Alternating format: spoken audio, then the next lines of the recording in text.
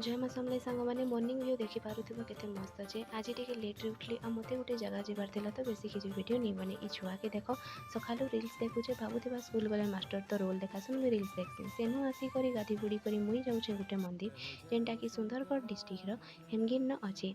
रास्ता रे रेनबो भी देखितिली हाँ तो भाबली तुमको मन को भी देखी देसी।